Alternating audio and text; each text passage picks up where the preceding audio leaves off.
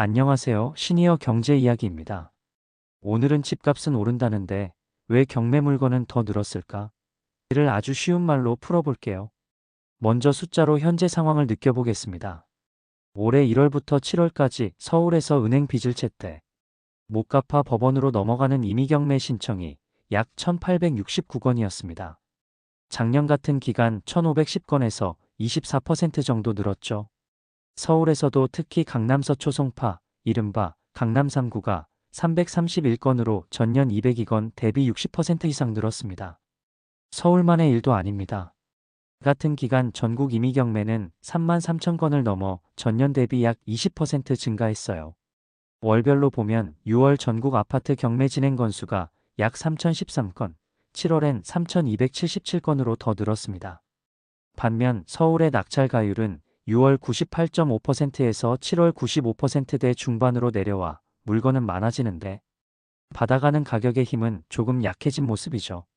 그런데 뉴스에서는 서울 집값이 다시 오른다는 말도 자주 나옵니다. 두 가지가 서로 모순 같지만 실제로는 한 줄로 설명됩니다. 오르는 집만 오른다. 즉, 재건축 기대가 크거나 역이 가깝고 학군 일자리가 좋은 핵심 단지 중심으로는 거래가 붙고 가격도 오르지만 그 밖의 지역은 거래 자체가 잘 안 됩니다. 통계에서 보이는 상승은 인기 단지의 효과가 크고 비인기 지역은 매수 대기자가 얇아 팔기가 어렵죠. 팔리지 않으면 빚 갚을 길이 막히고 버티다 못해 경매로 넘어가는 집이 늘어납니다. 여기에 금리 요인이 크게 얹혔습니다. 2021년에 많이 이용한 주택담보대출은 처음 35년은 고정, 그 이후는 변동 형태가 많았습니다. 그 대출들이 올해부터 순서대로 금리 재조정을 맞고 있어요. 예를 들어 대출 3억 원을 연 2.5%로 내던 집이 4.5%로 바뀌면 월 이자가 약 62만 5천 원에서 112만 5천 원으로 50만 원 늘어납니다. 원금 상환 제외한 단순 이자 비교. 소득이 그대로라면 매달 버티기가 쉽지 않죠. 게다가 전세 시장이 예전만 못한 지역은 세입자 보증금 돌려줄 돈도 필요합니다. 집이 빨리 팔리면 해결되지만 거래가 막히면 결국 임차인이 소송을 걸고 경매로 이어지는 사례가 늘 수밖에 없습니다. 대출 규제도 영향을 줍니다.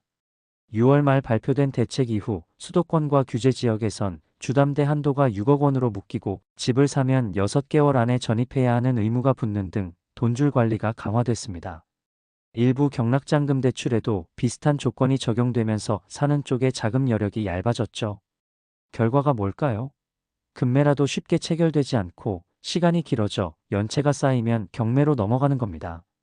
반대로 사는 쪽은 자금이 빡빡하니 경매장에 나와도 과감하게 가격을 못 올려받는 흐름이 낙찰 가율 하락으로 나타납니다. 강남은 예외 아니야? 이런 질문도 많습니다. 강남은 기본 수요가 두텁고 가격도 강하지만 대출을 많이 쓴 집의 경우엔 같은 규칙이 적용됩니다. 금리 리셋으로 이자가 훌쩍 늘고 보유세와 관리비 같은 고정비가 겹치면 현금 흐름이 꼬일 수 있어요.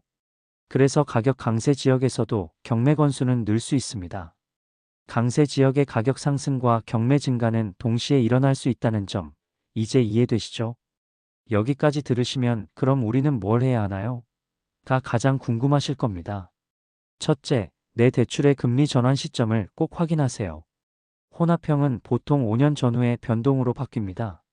전환 6개월 전부터 은행에 연락해 기간 연장, 상환 계획, 대환 갈아타기를 상담해 보세요. 둘째, 전세보증금 반환 자금을 미리 준비하세요. 보증보험 가입 여부와 만기 일정을 확인하고 부족하면 대체 자금을 마련해야 합니다. 셋째, 매도를 고려 중이면 지금 집이 거래가 붙는 단지인지부터 체크하고 시장가와 비슷하게 현실적으로 가격을 잡는 게 중요합니다. 넷째, 추가 매수를 고민하신다면 금리가 1%포인트, 2%포인트 더 오르는 상황을 가정해 월 부담을 계산해 보세요.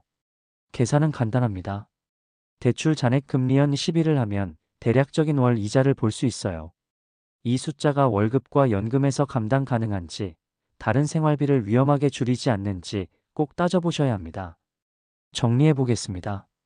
지금 시장의 큰 그림은 핵심 단지 중심의 부분 상승과 전체 시장의 자금, 스트레스가 나란히 존재한다는 겁니다.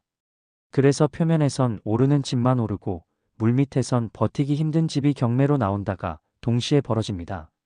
숫자로도 이 흐름이 뚜렷하죠. 서울 임의 경매는 전년 대비 20%대 증가, 강남 3구는 60%대 증가, 전국은 약 20% 증가. 진행 건수는 6월, 7월 모두 3,000건대를 넘겼지만 낙찰 가율은 내려왔습니다. 뒤집어 말하면 당분간은 좋은 입지와 튼튼한 현금 흐름이 최고의 안전장치라는 뜻이기도 합니다. 오늘 내용이 내 집과 우리 가족에게 뭐가 중요한지 다시 한 번만 점검해 보세요. 내 대출의 금리 전환 시계, 전세 보증금 만기, 그리고 한 달에 진짜로 감당 가능한 이자, 수준 이 세 가지만 정확히 알면 불필요한 불안이 많이 줄어듭니다. 저는 시니어 경제 이야기였습니다. 도움이 되셨다면 좋아요와 구독 부탁드리고요. 다음 시간엔 내 집이 거래가 붙는 집인지 간단히 점검하는 방법을 알려드릴게요. 감사합니다.